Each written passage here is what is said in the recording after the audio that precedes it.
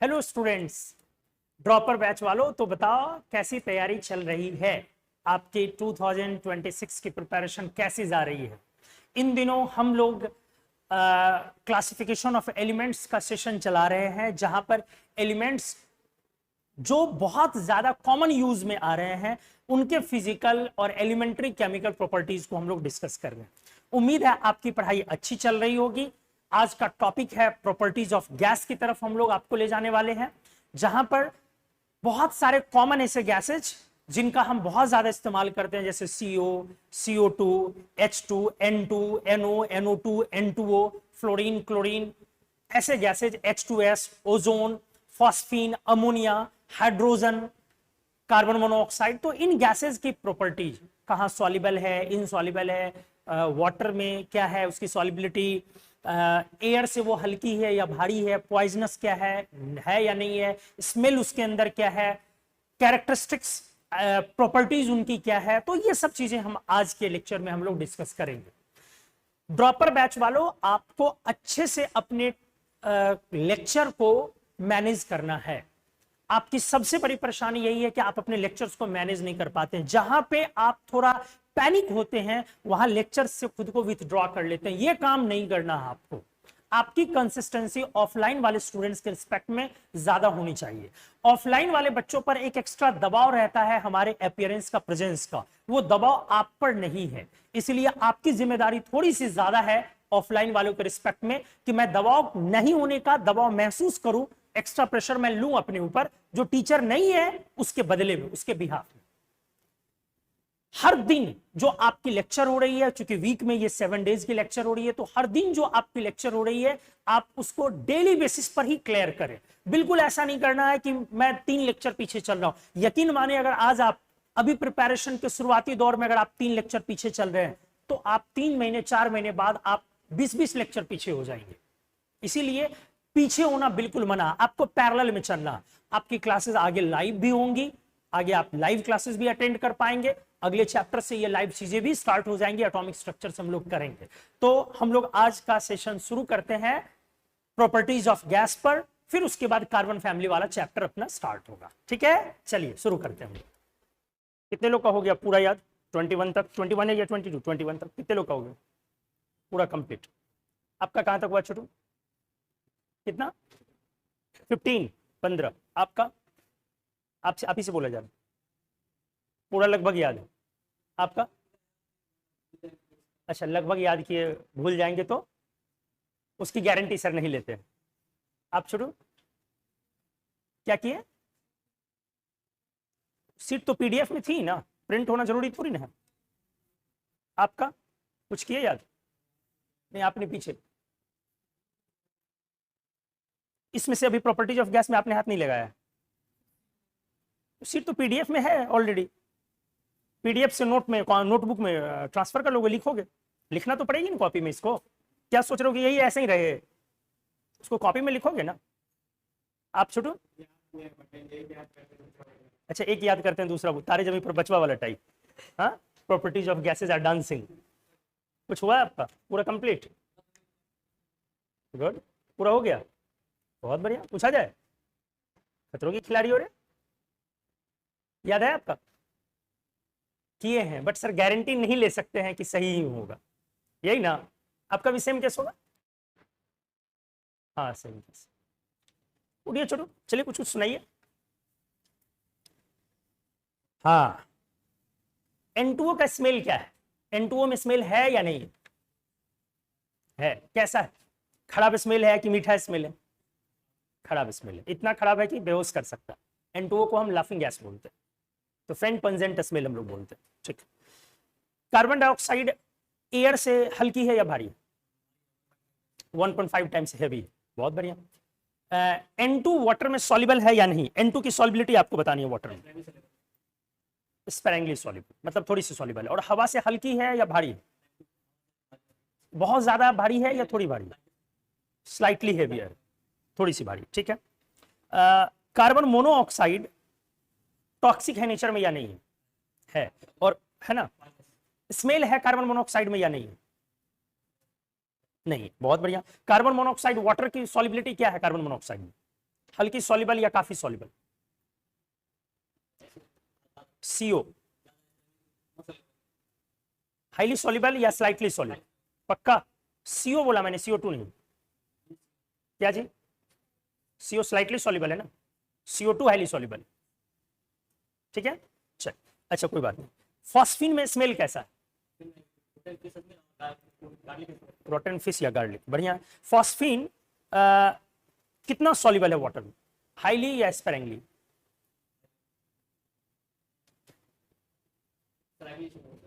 स्पैरेंगली soluble है, थोड़ा सा सॉल्युबल, ठीक है। ओजोन का स्मेल कैसा है? स्मेल, कलर नहीं, कलर ना पेल ब्लू, स्मेल। ओजोन का स्मेल कैसा?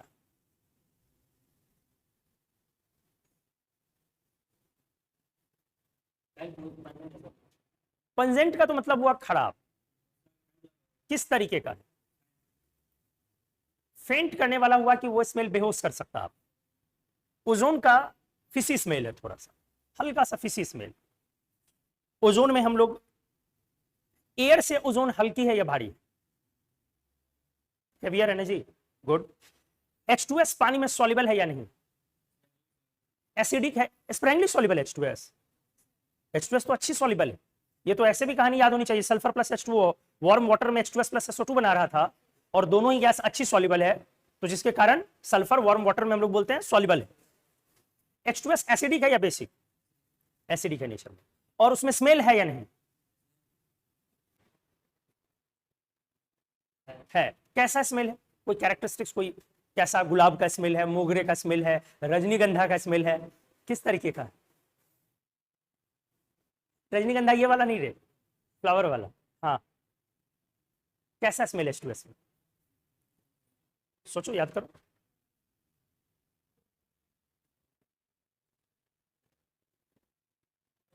कैसा स्मेल है H2S में? रॉटन एग स्मेल।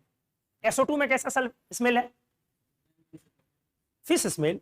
अरे क्या रे, मांसाहारी हो, जब बात करो तो मछली, मुर्गा, चिकन, मटन, तभी से बोले जा रहे हो सब में अंडे की स्मेल, सरे हुए अंडे की स्मेल, अच्छे वाले अंडे की स्मेल। कैसा है? SO2 में बर्निंग सल्फर की स्मेल। ठीक है, उसमें भी हम लोग रॉटन एग बोल देते हैं, लेकिन बर्निंग सल्फर बोलिए ज्यादा सही।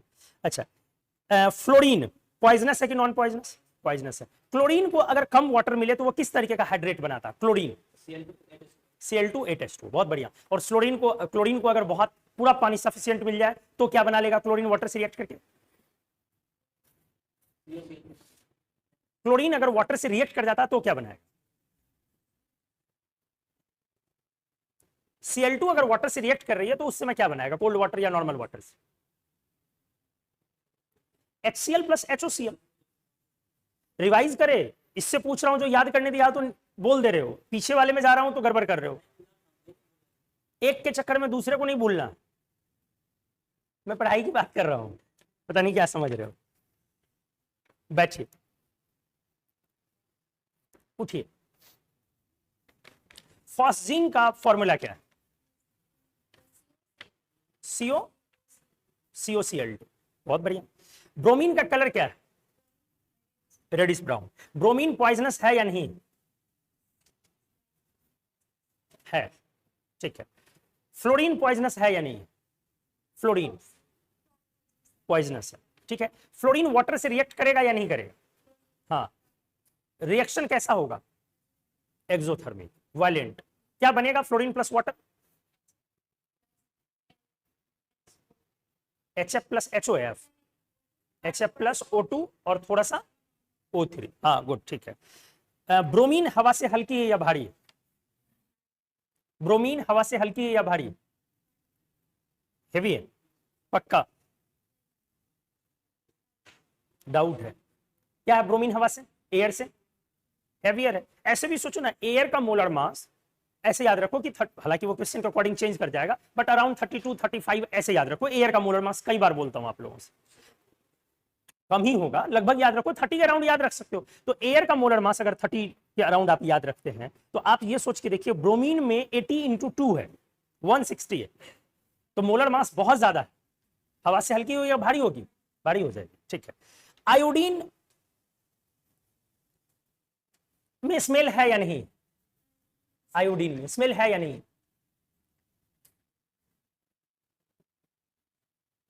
है। कैसा? गुलाब, रजनीगंधा, मोगरा, बढ़िया या खराब? कम से कम ये बताइए। खराब, पंजेंट। पंजेंट इरिटेटिंग इसमें लिखाया होगा। अच्छा ठीक है। टीयर गैस का फॉर्मूला बोलिए। CCl3.NO2। वाटर गैस का फॉर्मूला, प्रोड्यूसर गैस का फॉर्मूला।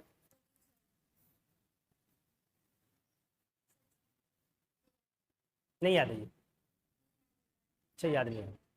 प्रोड्यूसर गैस का फॉर्मूला बैठिए आप बताइए। चलो, इधर नहीं याद है। एनो एसिडिक है कि बेसिक है कि न्यूट्रल है? पैरामैग्नेटिक की डायमैग्नेटिक?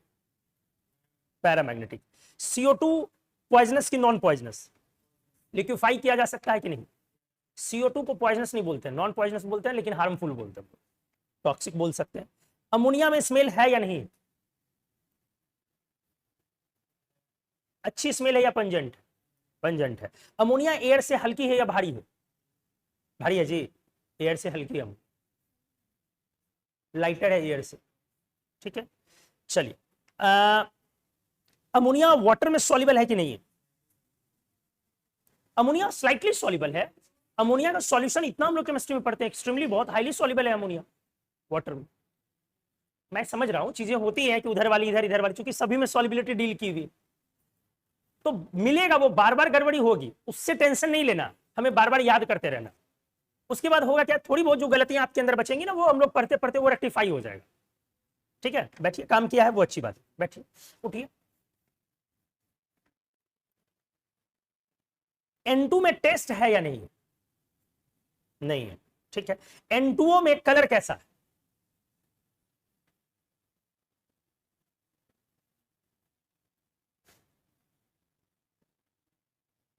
N2O में कौन सा कलर?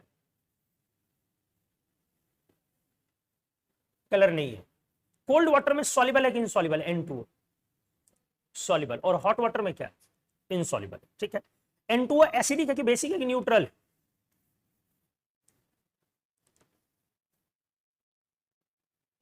न्यूट्रल। वैसे भी न्यूट्रल ऑक्साइड का लिस्ट करवाया था ना जिस दिन एनहाइड्राइड डिस्कशन हुई थी। CONO N2O H2O करवाया था कि नहीं? कौन कौन नॉन मेटल के ऑक्साइड्स न्यूट्रल थे, बोलो फिर से।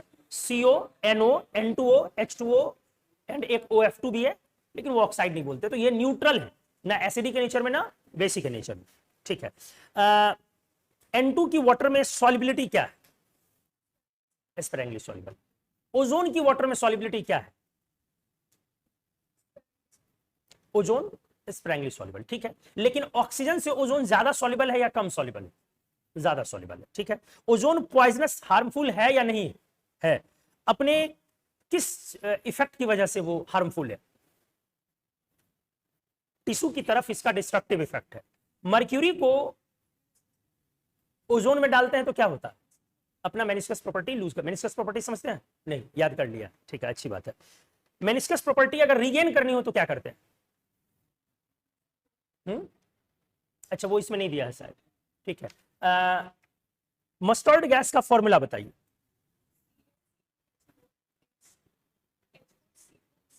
मतलब एस रखिए बीच में दोनों तरफ, C2H4Cl C2H4Cl। ठीक है, गुड। ल्यूइसाइट का फॉर्मूला क्या है?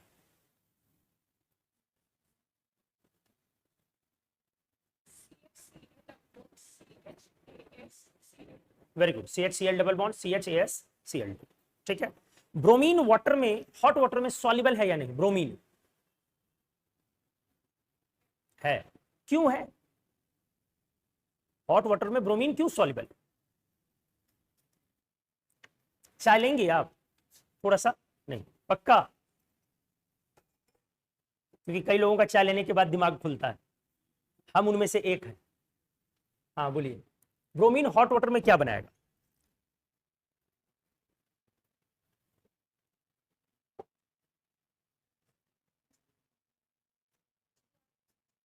HBr plus HbRO3। बहुत अच्छा।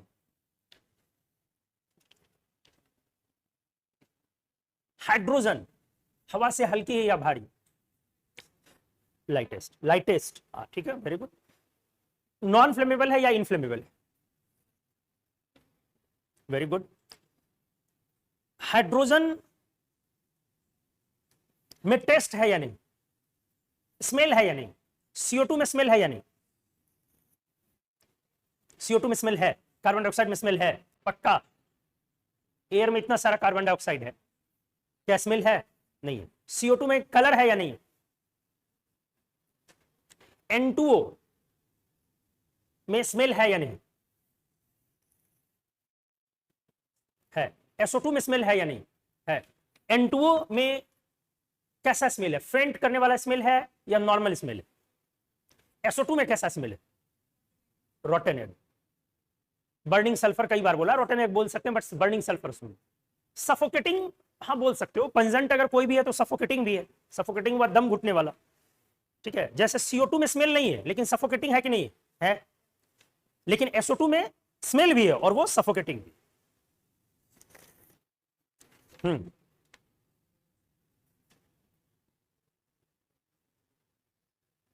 आयोडीन का कलर क्या?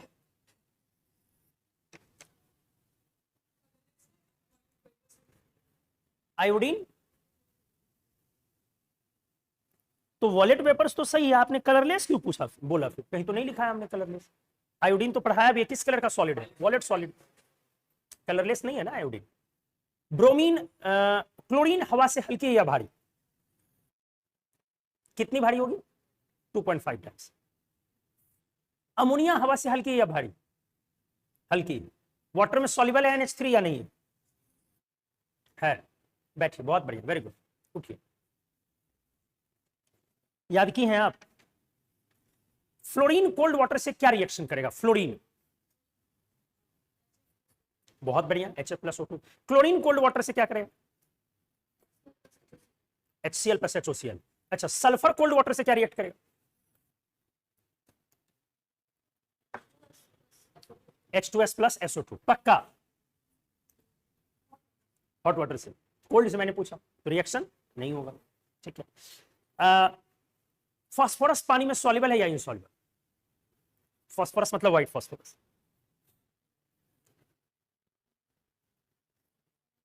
Soluble, insoluble? इनसॉल्युबल। वो रिएक्शन नॉर्मल कंडीशन पर फास्फोरस वाटर से रिएक्शन नहीं करता। नाइट्रोजन वाटर में क्या है? हाँ, सॉल्युबल या इनसॉल्युबल? N2 इनसॉल्युबल ना, N2 स्लाइटली सॉल्युबल है, स्ट्रांगली सॉल्युबल है। हीलियम वाटर में क्या है? Helium insoluble. हीलियम तो हाई प्रेशर पर भी इनसॉल्युबल है ना। जेनॉन क्या है वाटर में? Sparingly soluble. इनर्ट और नोबल गैसेस में हीलियम छोड़ के बाकी जो है स्प्रैंगली सॉल्युबल। बैठिए, याद किया आप लोगों ने, ठीक है। कंसिस्टेंसी लाइए, बरकरार रखें। देखिए, ड्रॉपर और टारगेट फाउंडेशन में एक तो डिफरेंस आपको समझ में आता ही होगा, आपको सांस लेने की भी फुर्सत नहीं होनी चाहिए। हमेशा आप मेंटली ऑक्यूपाइड होने चाहिए। किन चीजों से? पढ़ाई के कंटेंट से, होमवर्क से, चीजों को रिकॉल करने से, रिवीजन प्रोसेस से। आप दिमाग से कभी खाली नहीं रह सकते। अगर हैं तो आप बर्बादी की तरफ जा रहे हैं। आप फाउंडेशन वालों की तरह सांस नहीं ले सकते हैं खुले हवा में, मतलब वो घूमने के लिए निकल सकता, आप नहीं टहल सकते। आपको हर वक्त अपने आप को अपने काम से इंगेज रखना पड़ेगा। जिस वक्त लगे कि कोई काम नहीं है, उस वक्त जो सबसे प्यारा सब्जेक्ट है उस सब्जेक्ट का काम डाल लीजिए कम से कम। जब लगे कि कोई काम नहीं, जो सब्जेक्ट में थोड़ा कॉन्फिडेंस ज्यादा रहता है, उस सब्जेक्ट को गैप पीरियड में इस्तेमाल किया कीजिए। दो तरीके का होता है हमारा। एक होता है कि एक सब्जेक्ट मेरे लिए थोड़ा टफ है, तो जो सब्जेक्ट मेरे लिए टफ है उसको मैं खाली समय में, मतलब एकदम शांत दिमाग से मैं डील करूं। जो सब्जेक्ट मेरा थोड़ा अच्छा जा रहा है, मुझे थोड़ी पसंद आ रही है, उसको क्या करना है? फिलर के रूप में इस्तेमाल करें। जो खाली टाइम है ना, उसमें जैसे कि दो क्लास के बीच में अगर 10 मिनट मिला, या क्लास में बैठने से पहले अगर 20 मिनट टाइम मिला, क्लास में बैठ के टीचर आने के 10 मिनट टाइम है, तो उस टाइम पर वो फिलर को इस्तेमाल करें। वो वाला सब्जेक्ट उस समय में ना करें जो आपके लिए सरदर्द। तो छोटी छोटी चीजें आप करते रहेंगे तो यकीनन अच्छा करेंगे। प्रॉपर्टीज ऑफ गैस आप पढ़ते जा रहे हैं तो आपको थोड़ा थोड़ा तो समझ में आ रहा होगा ना कि इसका यूजेस है। अगर मुझे मालूम हो गैस के बारे में पहले से ही कुछ, तो कॉन्सेप्ट ज्यादा अच्छे से लग पाते हैं। इसलिए प्रॉपर्टीज ऑफ गैस हमें करना। मैं थोड़ा सा एक्सप्लेन कर दे रहा हूं, याद रखने में इसको और सहूलियत होगी। फिर हम लोग आज क्लासिफिकेशन ऑफ एलिमेंट्स में कार्बन फैमिली पर बढ़ेंगे। देखिए, ये है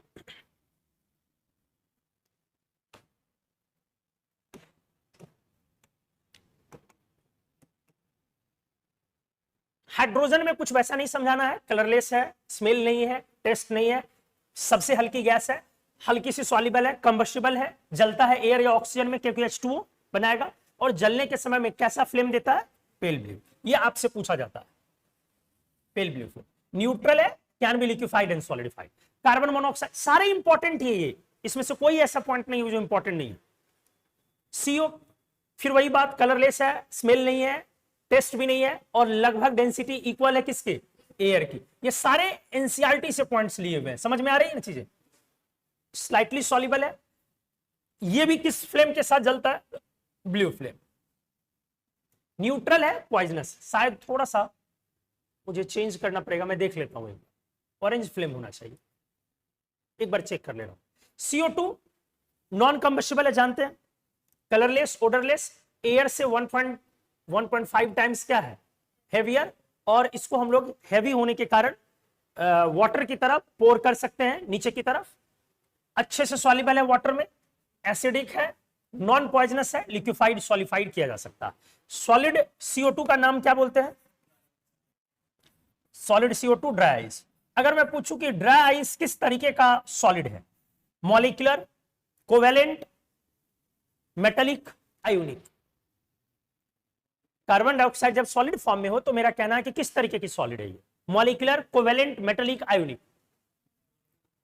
मॉलिक्यूलर, क्योंकि मॉलिक्यूल है ना CO2 के, तो ये अगर मैं पूछ दूं कैसा सॉलिड है तो बोलेंगे मॉलिक्यूलर सॉलिड, ठीक है।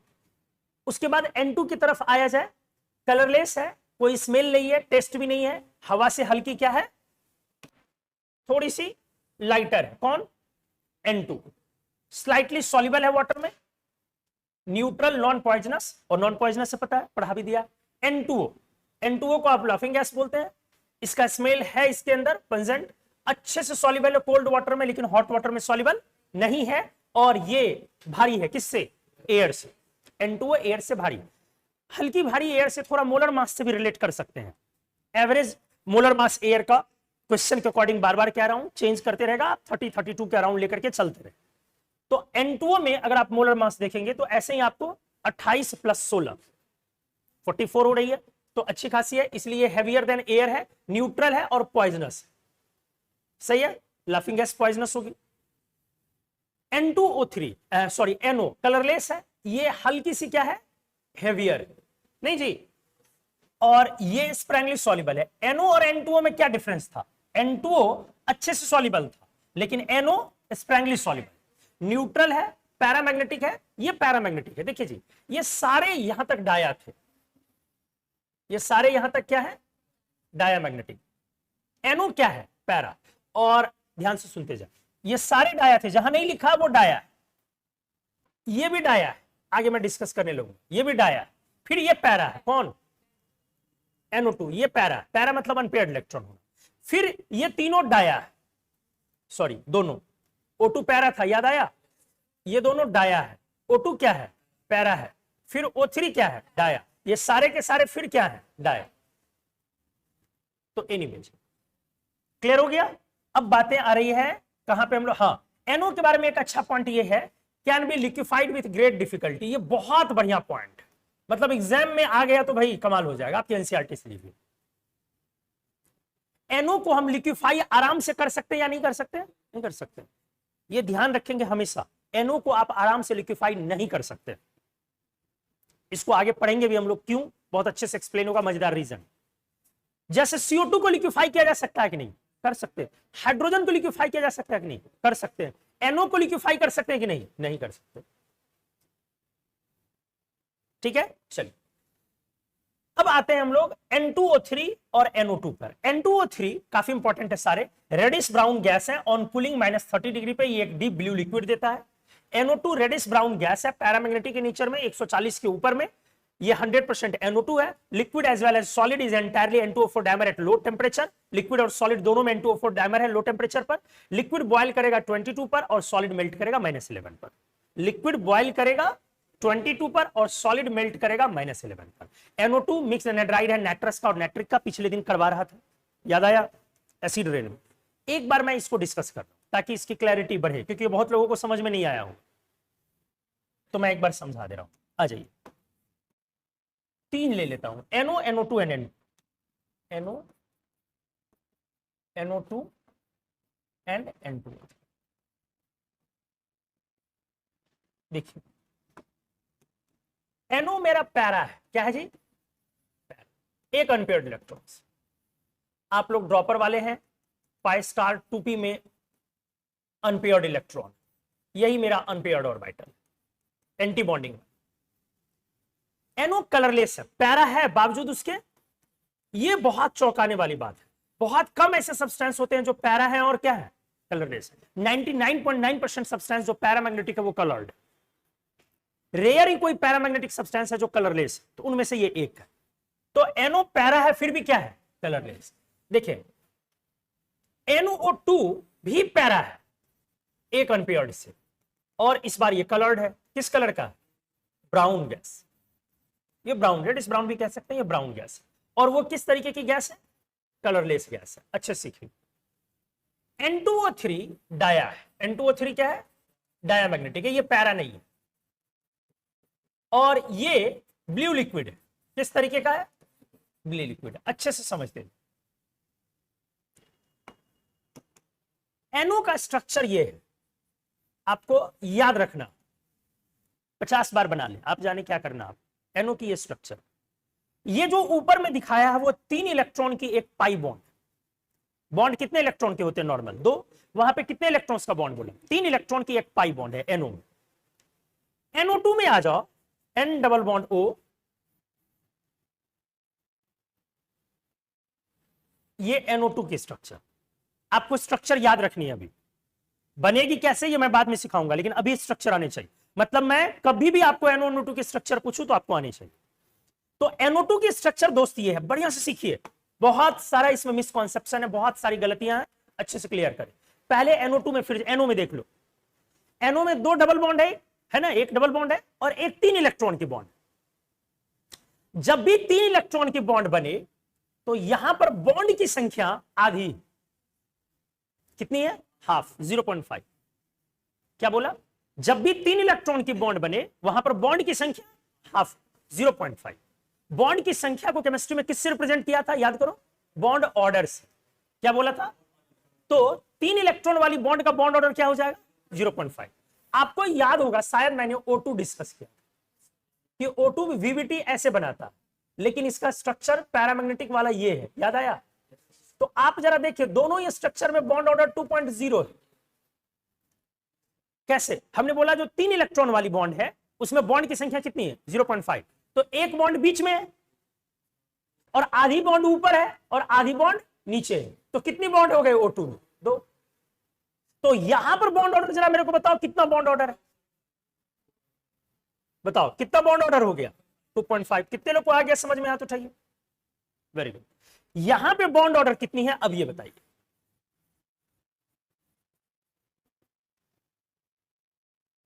बॉन्ड ऑर्डर मतलब एवरेज एक जगह पर बॉन्ड की संख्या।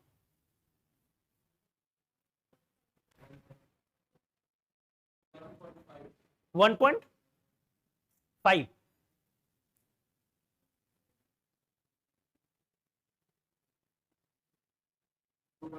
टू 2.5। और कोई? 2। मैंने पूछा इसमें बॉन्ड ऑर्डर 2.5।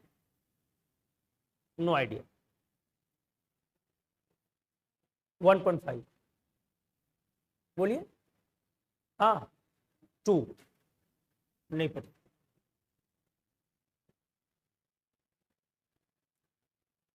आपको ये दिख रहा है रेजोनेंस है इसमें? ये पेयर और वो पाई, ये लोन पेयर और वो पाई कंजुगेशन में, इसलिए ये लोन पेयर रहेगा नहीं, पाई बन जाएगा। तो ये यहां पे क्या दिख रहा है? रेजोनेंस है। पता चल रहा है? तो जिस जगह पर अभी सिंगल बॉन्ड है, रेजोनेंस के बाद वहां कितने बॉन्ड हो जाएंगे? डबल। तो एक बार वहां सिंगल बॉन्ड है, अगली स्ट्रक्चर में डबल बॉन्ड है, तो एवरेज कितनी बॉन्ड पड़ी उस जगह पे? 1.5। एक तो परमानेंट है ना दोनों स्ट्रक्चर में, अगली बार यहां डबल हो जाएगी। तो एक बार एक है, अगली बार डबल हो रही है, तो एवरेज क्या पड़ गया? तो कितना तो सिंपल है, ये तो पीछे सिखाया भी है। ओजोन में भी 1.5 था। याद आया? तो यहां पर बॉन्ड ऑर्डर कितनी हो गई जी 1.5। तो अगर मैं बोलूं कि बताओ किसकी एनओ बॉन्ड की लंबाई छोटी, एनओ बॉन्ड की लंबाई किसमें छोटी, एनओ में छोटी है या NO2 में छोटी? यहां पर बॉन्ड्स की संख्या ज्यादा है, तो ज्यादा बॉन्ड्स होने से बॉन्ड लेंथ ज्यादा होंगे या कम हो जाएगी? कम हो जाएगी। तो ये बॉन्ड छोटी हो जाएगी और ये वाली बॉन्ड, ये सब क्वेश्चन पूछे जाते हैं। क्लियर हो गया? ठीक है। तो NO2 में बॉन्ड ऑर्डर 1.5 और इसमें बॉन्ड ऑर्डर कितना है? अगर मैं पूछूं कि बॉन्ड लेंथ, तो आप बोलेंगे sir bond length inversely proportional हो जाएगी किसकी? बॉन्ड ऑर्डर की। बॉन्ड ऑर्डर मतलब नंबर ऑफ बॉन्ड। तो सर इस हिसाब से NO की बॉन्ड लेंथ छोटी होगी और NO2 की बॉन्ड लेंथ बड़ी होगी। सही है ना? ठीक है। जैसे एक एग्जांपल में ये भी ध्यान लाओ, याद करो, हमने बताया था O2 वर्सेज O3, तो O3 में भी स्ट्रक्चर सेम था, NO2 की स्ट्रक्चर और O3 की स्ट्रक्चर सेम है।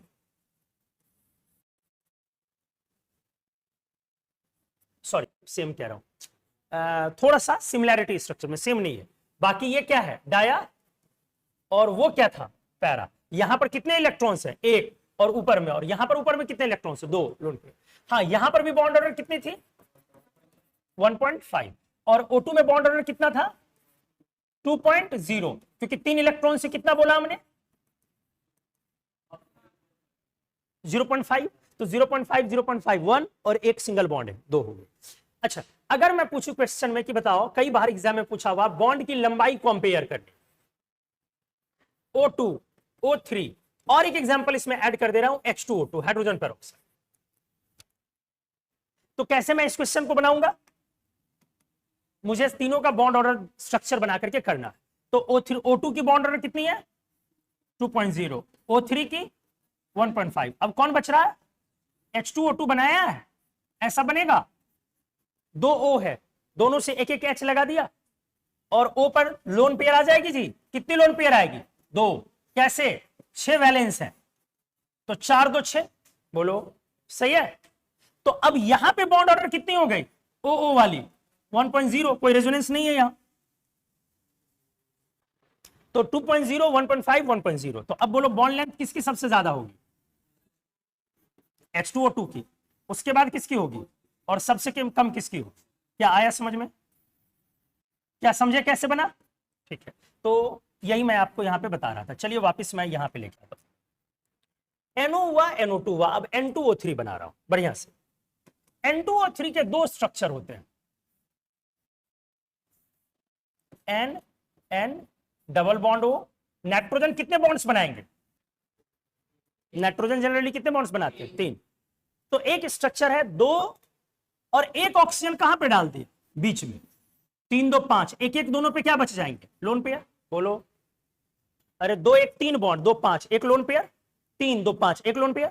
तो एक स्ट्रक्चर ये हुआ, लेकिन N2O3 एक दूसरे स्ट्रक्चर में कन्वर्ट करता है, और वो स्ट्रक्चर में बीच में O नहीं है, कोऑर्डिनेट है।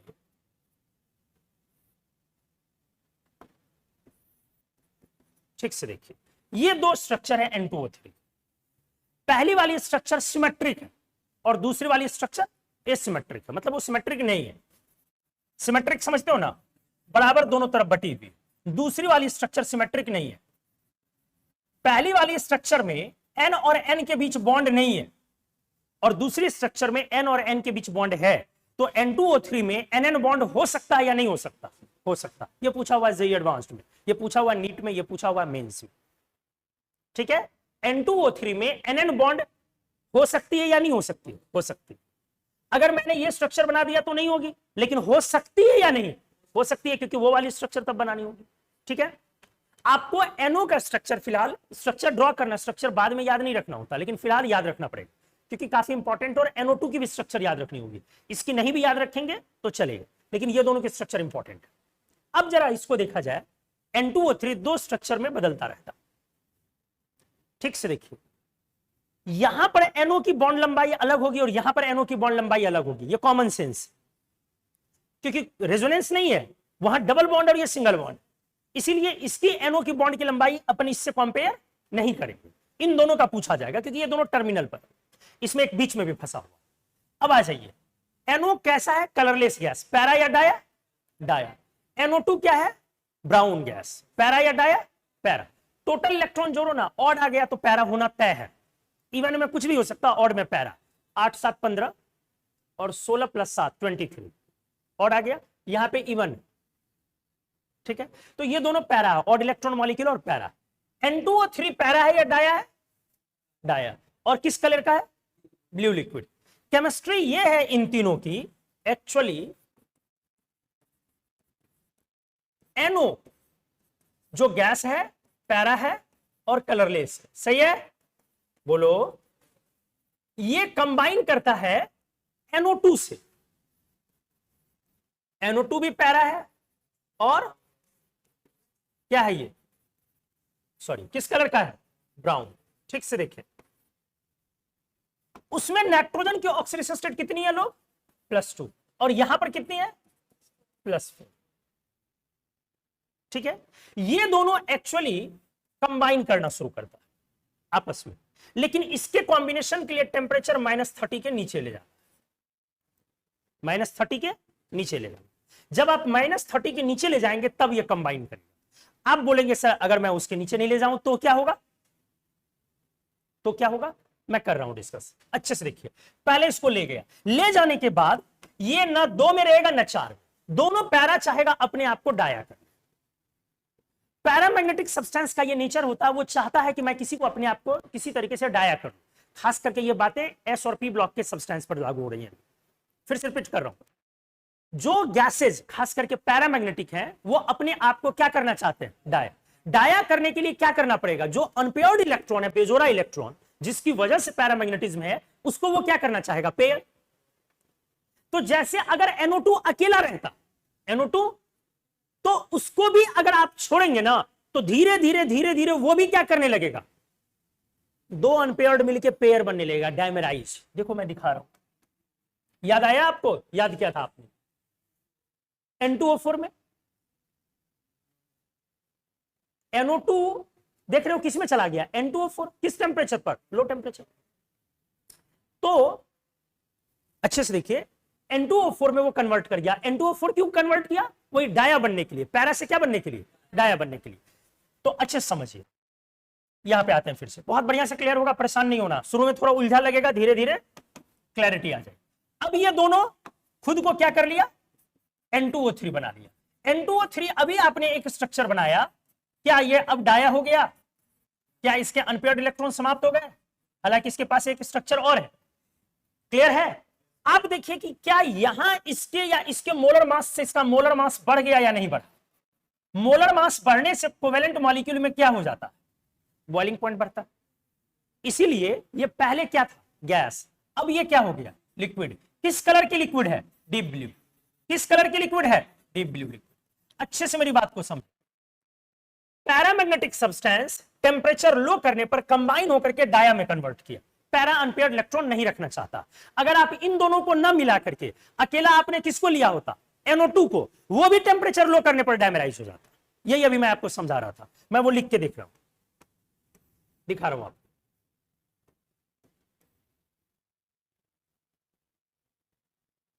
देखिए,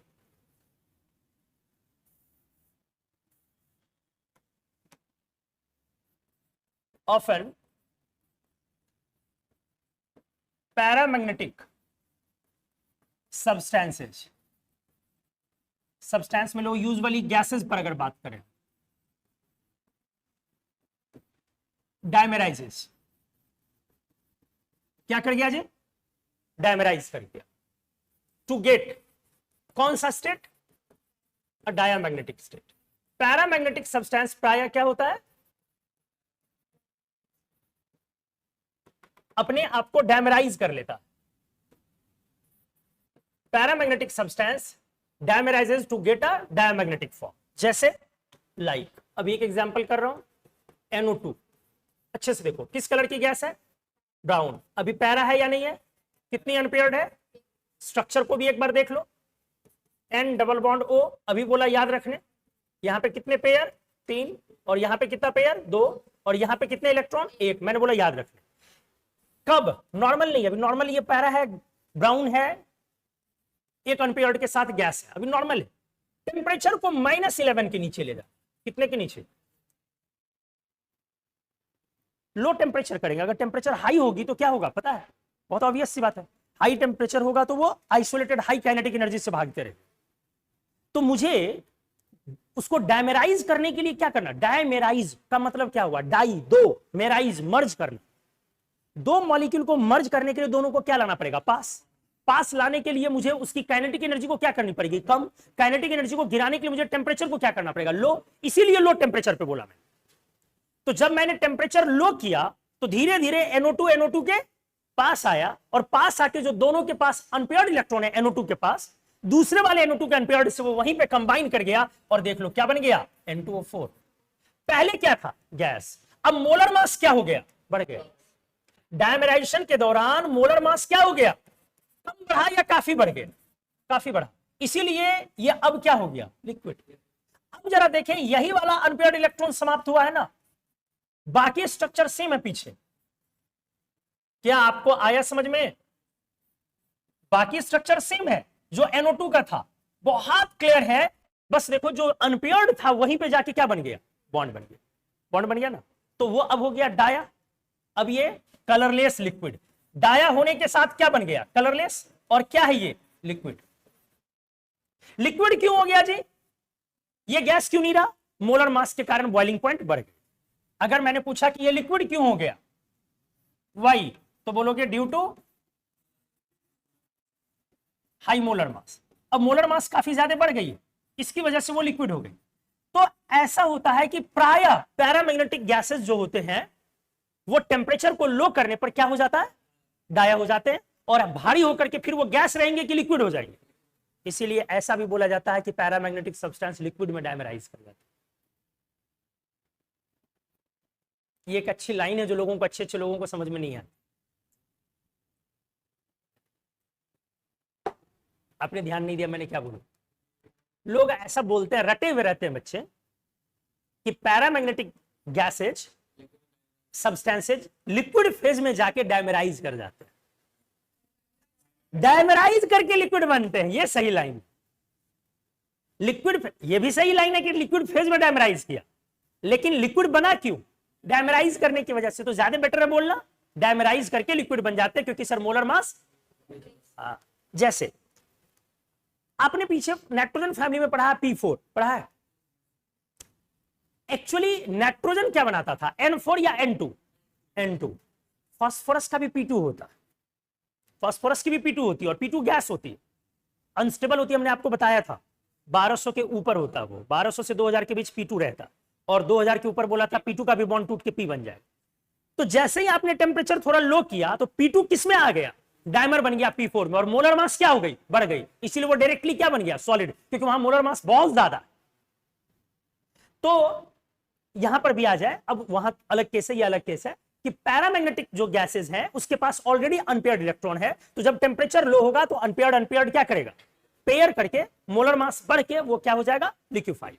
ध्यान से सुनिएगा, NO के केस में ऐसा नहीं होता। NO के केस में ऐसा नहीं रहता। NO को यदि आप लिक्विफाई करेंगे तब भी वो अनपेयर्ड इलेक्ट्रॉन रहेगा।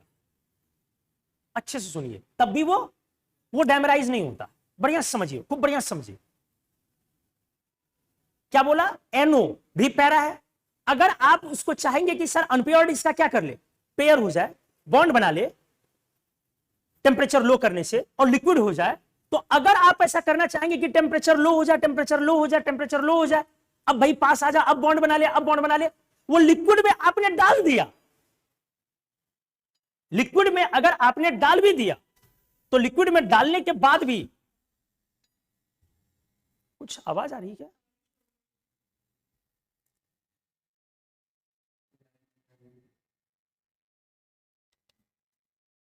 किस चीज की?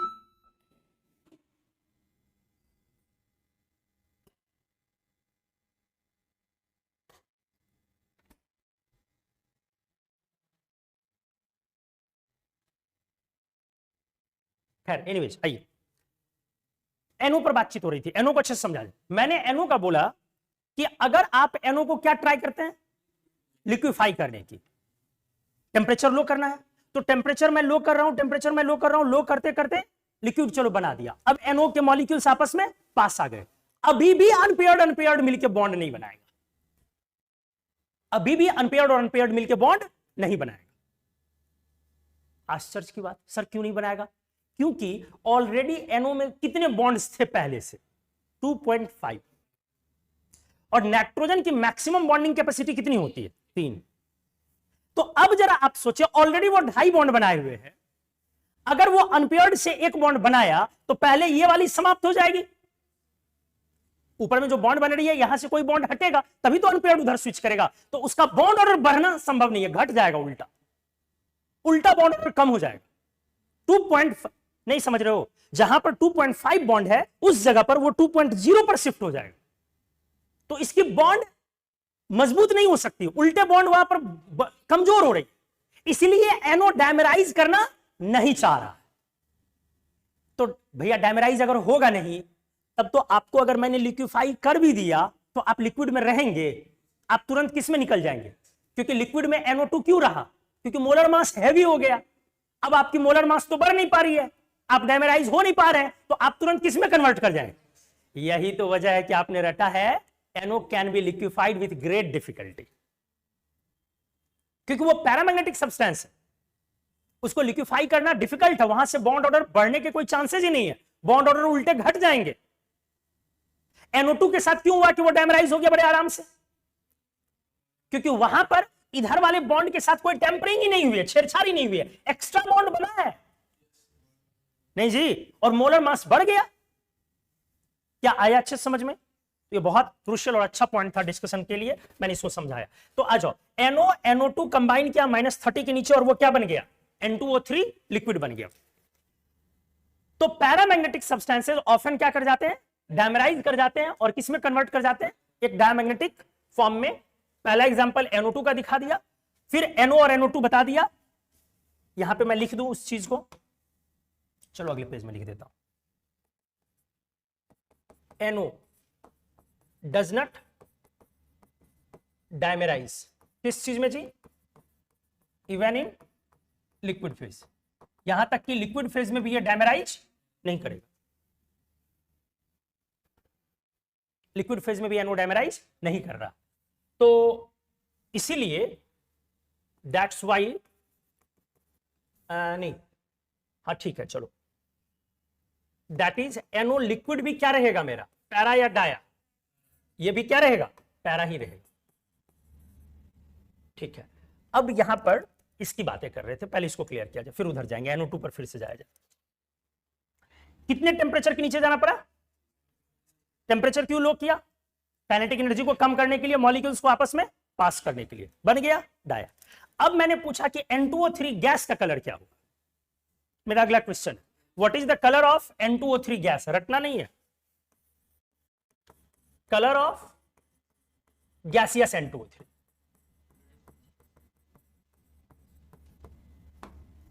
कलर एंड मैग्नेटिक नेचर दोनों डाल दो, मैग्नेटिक नेचर मतलब पैराडाया, colour and magnetic nature of gaseous N2O3 बताइए जी। सर हमने तो रटा हुआ है रेडिश ब्राउन, और पैरा होगा कि डाया होगा, डाया, तो आपका आंसर है सर हमने रटा हुआ है, तो मैं बता दे रहा हूं डाया और रेडिश ब्राउन। अब ये गलत है, कैसे, दिमाग लगाइए, पहली बात रटना गलत बात है, इस तरीके से अच्छे से सोचा समझा जाए। यदि आप N2O3 को बना रहे हैं तो वो बन रहा है किस टेम्परेचर पर, सोचो सोचो सोचो, बन रहा है किसके किसके कंबाइन होने से। तो अगर मैंने बोला कि टेम्परेचर को ऊपर ले जाना है, इसको लिक्विड को, ये लिक्विड है, लिक्विड को गैस में कन्वर्ट करना, तो लिक्विड को गैस में कन्वर्ट करना है तो इवेपोरेशन करवानी है हमें, तो इवेपोरेशन करवाने के लिए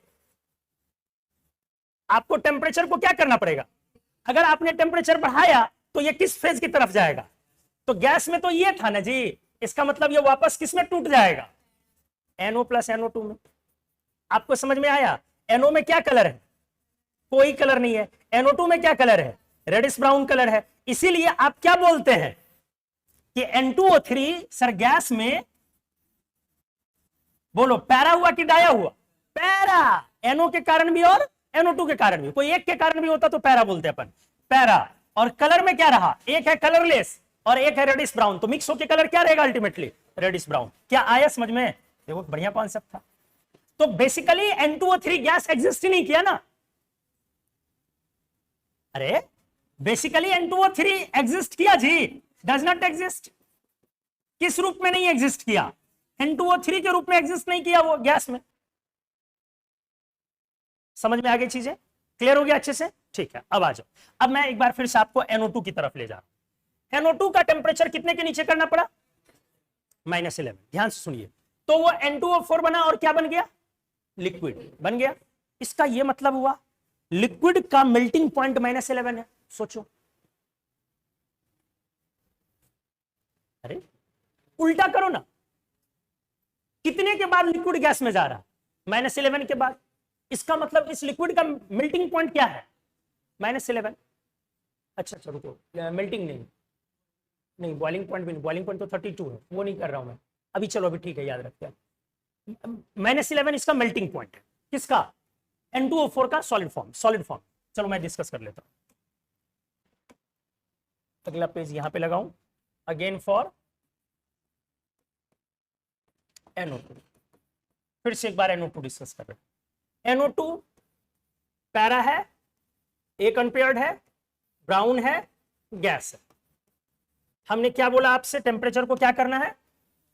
-11 के नीचे। क्या बन गया? बोलो, N2O4। अब यहां एक पॉइंट है, ये लिक्विड भी हो सकता है और नीचे करने पर ये सॉलिड भी हो सकता है। हमने क्यों किया इतना नीचे? क्योंकि N2O4 नहीं तो इवेपोरेट करते रहेगा मेरा NO2 में। N2O4 मेरा इवेपोरेट करते रहेगा। अगर हमने इसको गर्म किया तो वापस ये किधर की तरफ भागेगा? NO2 की तरफ। मतलब N2O4 बना के अगर छोड़ दिया तो वह N2O4 रहेगा या चला जाएगा? चला जाएगा। किसमें कन्वर्ट कर जाएगा? तो अभी जब तक वो लिक्विड या सॉलिड है तब तक ये क्या है? कलरलेस। तब तक ये क्या है? कलरलेस। जब तक ये लिक्विड है या सॉलिड है तब तक ये क्या है? कलरलेस है। लेकिन अगर मैंने छोड़ दिया ऑन स्टैंडिंग, यहां पे गर्म ना करके ऐसे भी लिख सकते हो, ऑन स्टैंडिंग। अगर हमने क्या किया? इसको छोड़ दिया तो वो रहेगा या वापस NO2 में टूट जाएगा? अब यहां पर पॉइंट क्या क्या लिखा? मेल्टिंग पॉइंट कितना है? -11। बॉइलिंग पॉइंट कितनी? गौर से देखा है? 22, सॉरी 32 बोल दिया था, 22। कितना है? 22। और एक टेम्परेचर का है, कहां पे? 140। जरा गौर करो। तो मैं अब यहां पे इसको रिलेट कर दे रहा हूं। बॉइलिंग पॉइंट कितना था? 22। इसका मतलब है ये टेम्परेचर किस चीज को बता रहा है? कौन किस में कन्वर्ट करेगा?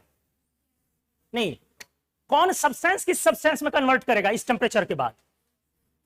N2O4 सॉलिड कन्वर्ट करेगा किसमें? N2O4 liquid. क्लियर हो गया? मेल्टिंग पॉइंट में क्या होता है? सॉलिड कन्वर्ट करता है। तो अभी भी फॉर्मूला क्या रहेगा? सेम रहेगा। अभी तो फॉर्मूला नहीं बदला। इसके लिक्विड को बहुत ज्यादा रखा नहीं जा सकता है क्योंकि वो धीरे धीरे धीरे धीरे NO2 में टूटने लगेगा। जैसे ही गैस बना तो टूट के किस में कन्वर्ट हो गया? NO2। अच्छा, बॉइलिंग में बोलिए कौन किस में कन्वर्ट करेगा? ना बॉइलिंग है तो N2O4 लिक्विड कन्वर्ट करेगा किसमें जी? NO2 गैस में। कितने के ऊपर? 22 के ऊपर ना, बोलो। और ये कितने के ऊपर? -11 के ऊपर। ठीक है, अच्छा चला गया। लेकिन अब ध्यान से, जब आप 22 के ऊपर जाना शुरू करते हैं तो गैस में जो जाएगा, स्केप करेगा, वो कौन सा मॉलिक्यूल बनेगा? NO2 बनेगा। यहीं पर एक पॉइंट समझने लायक है। आप याद करें, मैंने आपको सल्फर का एलोट्रॉप थोड़ा समझाया। मैंने क्या बोला था आपसे? जब बॉयल करना शुरू करेगा लिक्विड तो क्या सारा हैवी मॉलिक्यूल ही रहेगा या सारा हल्का रहेगा या मिक्सचर जाएगा? मिक्सचर जाएगा, अभी भी मिक्सचर जाएगा। यदि टेम्परेचर आप मान लो कि लेट, अगर क्वेश्चन ऐसा बोल दिया कि टेम्परेचर 30 डिग्री सेल्सियस, इस समय में आपसे पूछा कि कॉम्पोजिशन क्या है, बोलो कॉम्पोजिशन क्या होगा? NO2 अलोन क्या होगा? यही तो मैं आपको समझा रहा था। नहीं, क्या होगा इस समय कॉम्पोजिशन? NO2 और प्लस N2O4। इसीलिए एक पॉइंट लिखाया है, याद आया कौन सा पॉइंट?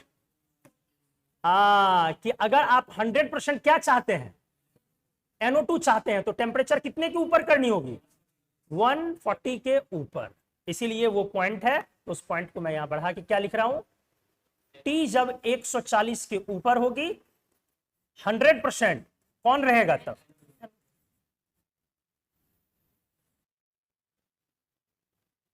क्या अच्छे से क्लियर हुआ? बढ़िया ढंग से? कोई डाउट किसी को? एक बार और क्या बता दूं, बोलो। NO2 और नहीं समझे? ये वाला, ठीक है, इसको एक बार और समझा दो पूरे को।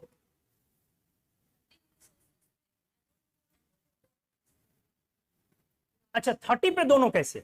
हाँ, बॉइलिंग पॉइंट का मतलब क्या होता है? टूटना, या बॉइलिंग पॉइंट का मतलब होता है लिक्विड का गैस में जाना, लिक्विड का गैस में कन्वर्जन स्टार्ट। ठीक है, स्टार्ट मतलब विथ एफिशिएंसी होती है। मेरा लिक्विड में क्या है फॉर्मूला? क्या लिक्विड में NO2 है? नहीं, लिक्विड में फॉर्मूला क्या है? N2O4। सॉलिड में भी फॉर्मूला क्या है? N2O4। N2O4 सॉलिड लिक्विड में कन्वर्ट करता है कितने के ऊपर? -11। ठीक है, अगर मैंने टेम्परेचर बॉइलिंग पॉइंट बोला 22, तो 22 पे बॉयल होना शुरू होगा। बॉयल होने का मतलब है लिक्विड गैस में जाना शुरू होगा। इसका यह मतलब नहीं हुआ कि लिक्विड डायमर टूट जाएगा। आप समझिए बात को, डायमर टूटना अलग पॉइंट है और लिक्विड का गैस में जाना अलग पॉइंट है। हमें क्यों कंफ्यूजन हो रही है? क्योंकि हमें पता है गैस में तो NO2 है और लिक्विड में तो N2O4 है, लेकिन ऐसे हम सेग्रीगेट नहीं कर सकते, इतनी आसानी से वो डिफरेंशिएट नहीं होता। जब लिक्विड को आप बॉयल करेंगे तो लिक्विड डायमर लेके भी उड़ेगा और इंडिविजुअल भी उड़ेगा। कुछ समझ में आया? लिक्विड डायमर लेके भी जाएगा और इंडिविजुअल भी जाएगा। समझ रहे हैं? जैसे आप पानी को खौलाते हैं तो H2O स्केप करता है, क्या आपको नहीं लगता कि H2O का गैस भी बन जाता है उस समय और H2O का वाटर ड्रॉपलेट भी ऊपर जाता है? तो जो वाटर ड्रॉपलेट ऊपर गया है वो ढेर सारा H2O है, पॉलीमर है, लेकिन जो अकेला गया है वो आइसोलेटेड गैसियस मॉलिक्यूल बन के निकल गया है। तो यही बातें मैं ये समझा रहा हूं, जब हम बॉयल करना शुरू कर रहे हैं तो NO2 अकेला भी जाएगा और बहुत सारा NO2 क्या बन के जाएगा? N2O4 बन के भी। तो अगर हमने टेम्परेचर 30 रखा है तो अभी भी दोनों का क्या होगा? मिक्सचर। अगर आप 100% क्या चाहते हैं? NO2 कि थोड़ा भी कौन नहीं रहे, तो फिर आपको टेम्परेचर कितनी करनी पड़ेगी? 140 के ऊपर। मतलब गैस में थोड़ा बहुत NO2 क्या करते रहेगा? डायमर होते रहेगा। कंप्लीट लिक्विड बनने के लिए, कंप्लीट डायमर बनने के लिए टेम्परेचर को मुझे -11 के नीचे ले जाना पड़ा। अब समझ में आया वहां वाले पॉइंट? कंप्लीट ट्रांसफर मतलब NO2 को 100% अरेस्ट करना है, किसमें? नहीं, डायमर फॉर्म 100% अरेस्ट करना, इसीलिए मुझे फ्रीजिंग पॉइंट के नीचे जाना पड़ा। अदरवाइज क्या लिक्विड में कन्वर्ट करने के लिए फ्रीजिंग के नीचे जाना था? फ्रीजिंग टेम्परेचर तो समझ रहे हैं आप, सॉलिड के लिए हो गया, तो मुझे सॉलिड वाले फेज तक क्यों पहुंचाना जरूरी पड़ा? ताकि मैं 100% गैस को किसमें अरेस्ट कर लूं? लिक्विड में।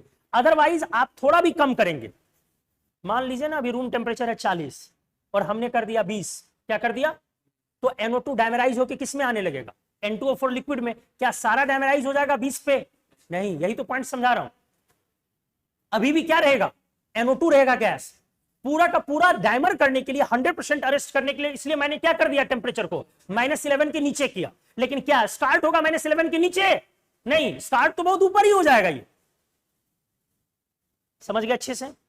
क्लियर हो गया बढ़िया से कि उसको सॉलिड में मैं फिक्स कर लूं तो 100% कन्वर्जन होगा। तो उम्मीद है ये NO, NO2, N2O3 की स्टोरी, कहानी आपको समझ में आ गई होगी, प्रॉपर्टीज ऑफ गैस में। ये वाला पार्ट क्लियर हो गया? ये देख लो।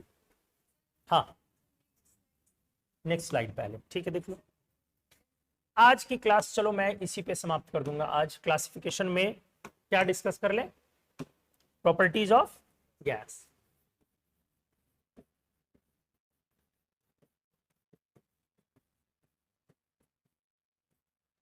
हाँ बोलिए, आपको क्या प्रॉब्लम है? बोलो बोलो बोलो। हाँ,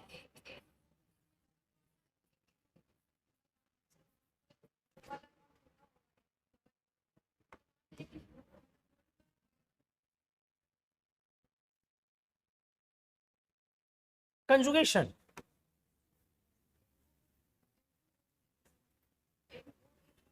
हाँ हाँ, आप इस स्ट्रक्चर में बात कर रही हैं, इस वाली में, फर्स्ट वाली में क्या बोलना चाह रही है? यहां पे, यहां डबल है। हाँ होगा। किसके किसके बीच कंजुगेशन? ओ का लोन पेयर और, अच्छा आपका कहना है सर यहां के पेयर के पास और वहां पे कंजुगेशन, यही ना कहना चाह रही है? तो सर उस समय तो वहां पे डबल हो जाएगी और फिर वो सिंगल हो जाएगी, तब तो वहां भी डबल सिंगल बॉन्ड दिख रहे हैं, यहां भी डबल सिंगल।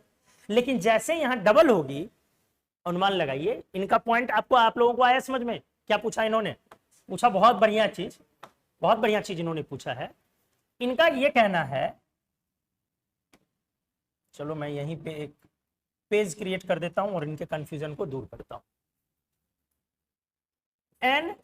NON, इनका कहना है कि सर इसमें पेयर है और यहां डबल बॉन्ड ओ है, यहां भी पेयर है। इनका एक कॉन्सेप्ट बहुत क्लियर है कि इसके साथ कॉन्जुगेशन नहीं है, कॉन्जुगेशन इसके साथ है, इस पाई की। तो ये कह रही है कि सर ये ऐसे हो सकता है। तो आपने बोला है कि ये जो DNO टर्मिनल है ये सर छोटी है और DNO सेंट्रल जो है वो बड़ी है, यही ना छोटी? लेकिन अगर सर रेजोनेंस हुआ तब तो वो भी 1.5 पे पहुंच जाएगा। अगर मैंने क्या ले लिया, रेजोनेंस लिया, तो वो भी 1.5 पे पहुंचेगा और ये भी कितने पर पहुंचेगा? तब तो इक्वल होना चाहिए। लेकिन पॉइंट है, अगर आपने ऐसा किया तो आपको समझ में आ रहा है, स्ट्रक्चर को जरा देखिए, यहां पर डबल बॉन्ड हो जाएगी और यहां पर ये सिंगल बॉन्ड होगी। अगर ये डबल और ये सिंगल हुई तो ऑक्सीजन 3 बॉन्ड हो जाएगी। क्या पॉसिबल है? ऐसा रेजोनेंस करवाते हैं हम कि ऑक्सीजन 3 बॉन्ड हो जाए। तो अगर ये रेजोनेंस का ट्राई करेगा तो यहां से ये बॉन्ड क्या हो जाएगा? ब्रेक कर जाएगा। समझ गए ना? तो ये रेजोनेंस का ट्राई नहीं कर सकता क्योंकि रेजोनेंस स्टेबिलिटी को बढ़ाने वाली प्रोसेस। समझ गए अच्छे से? क्लियर हो गया? नहीं है डाउट? पूछा कीजिए जब भी मन में आए, लेकिन बढ़िया क्वेश्चन था। हाँ, क्या मैं समझा रहा था? तो अब इस पेज पे हम लोग आते हैं, इस पेज पे हम लोग वापस आते हैं। अब अच्छे से पढ़ते हैं N2O3 की फीचर को। क्या है feature? Reddish brown gas which on cooling -30 gives a deep blue liquid. कौन सी डीप ब्लू लिक्विड है? N2O3। और रेडिश ब्राउन गैस क्यों हमने लिखा?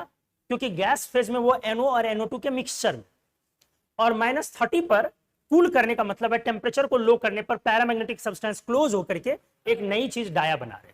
NO2 लो टेम्परेचर पर डायमराइज होता है या नहीं? NO2 होता है, लेकिन NO होता है या नहीं? तो अगर आपसे बोला जाए एक पैरामैग्नेटिक सब्सटेंस बताइए जो कि लिक्विफाई करने पर भी डायमराइज नहीं होता है, तो एक नाम क्या बोल सकते हैं? NO। दूसरा आपके सिलेबस में एक एग्जांपल और है, ClO2। ClO2 not NO2, ClO2 बाद में पढ़ेंगे। अब NO2 के फीचर को देखा जाए, ये गैस में क्या है? रेडिश ब्राउन सीख लिया हमने, पैरा है सीख लिया हमने, 140 के ऊपर में 100% NO2 है सीख लिया हमने, liquid as well as solid is entirely N2O4, ये भी पढ़ लिया हमने। At low temperature boiling point 22 है और सॉलिड मेल्ट करेगा। फिर हमने ये भी कर लिया कि -11 टेम्परेचर अगर आप रखते हैं तो उस समय में दोनों इंटरमीडिएट रहेगा, क्योंकि -11 तो सॉलिड है, तो इस समय में ये भी रहेगा। उसके नीचे जाने पर मुझे सिर्फ क्या मिलेगा? N2O4 मिलेगा। ठीक है, चलो ये भी क्लियर हो गया। तो NO, NO2, N2O3 की कहानी हमने अच्छे से एक्सप्लेन कर दी। अब आगे आ जाए, NH3 अमोनिया क्या है? कलरलेस, कलरलेस है ना। कैरेक्टरिस्टिक्स पंजेंट स्मेल, अमोनिया में काफी स्मेल होता है, अगर आपकी आंखों में आ गया तो बहुत इरिटेटिंग फील होगी। NH3 रेफ्रिजरेटिंग गैस के रूप में हम लोग अमोनिया का इस्तेमाल करते हैं। तो कभी कभार जो आप लोग कोल्ड स्टोरेज सुने होंगे, वहां अमोनिया का इस्तेमाल किया जाता है, तो कभी कभार वहां पे लीकेज हो जाती है, तो स्मेल बहुत खतरनाक होती है। जब लीकेज होती है तो अगल बगल में बहुत खतरनाक स्मेल आता है अमोनिया का। लेकिन हाँ, ये एक और पॉइंट, ये नॉन फ्लेमेबल है, अमोनिया ज्वलनशील नहीं है, ये भी ध्यान दें। पता नहीं ये पॉइंट लिखा हुआ या नहीं लिखा हुआ है, नहीं लिखा हुआ ना? चलो मैं लिख देता हूं।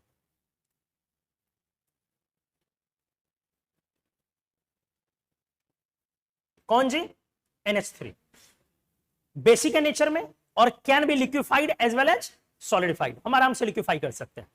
फॉस्फीन कलरलेस, पंजेंट गार्लिक और रॉटन फिश स्मेल, एयर से हैवी, स्प्रैंगली सॉल्युबल वाटर में, पॉइजनस है नेचर में, weaker base than NH3 but neutral to unit. क्या आपको पढ़ा दिया है कि PH3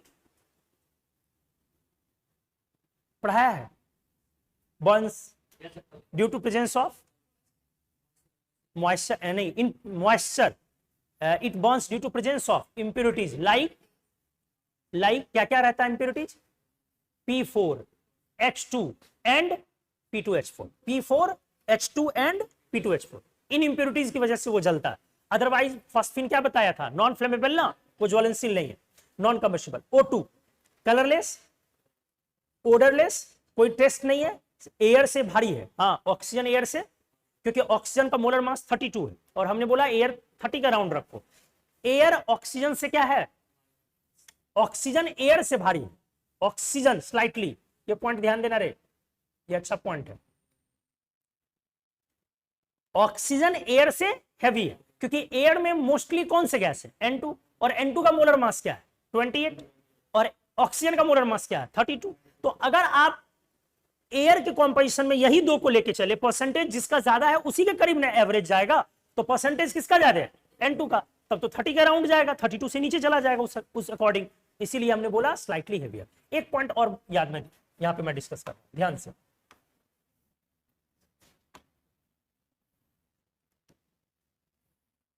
मुझे ये बताइए कि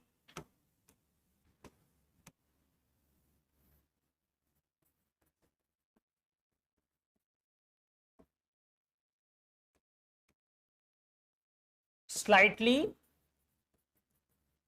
हेवियर देन एयर, मैं आपसे ये पूछ रहा हूं dry air versus moist air, कौन भारी है?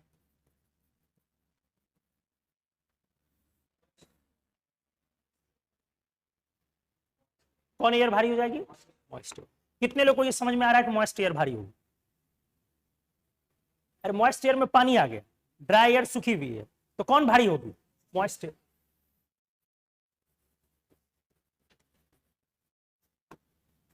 क्या आया समझ में? ड्राई एयर भारी, मॉइस्ट एयर हल्की।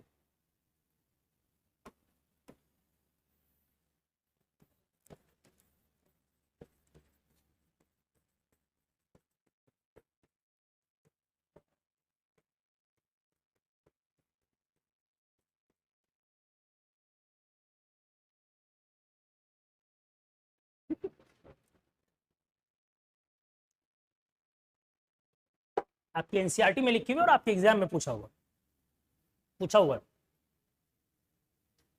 अंदाजा लगाओ क्यों?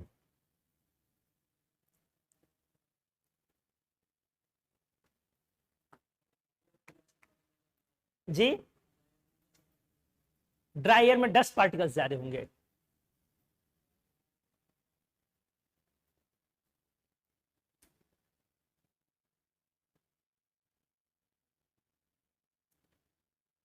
कोई और जवाब?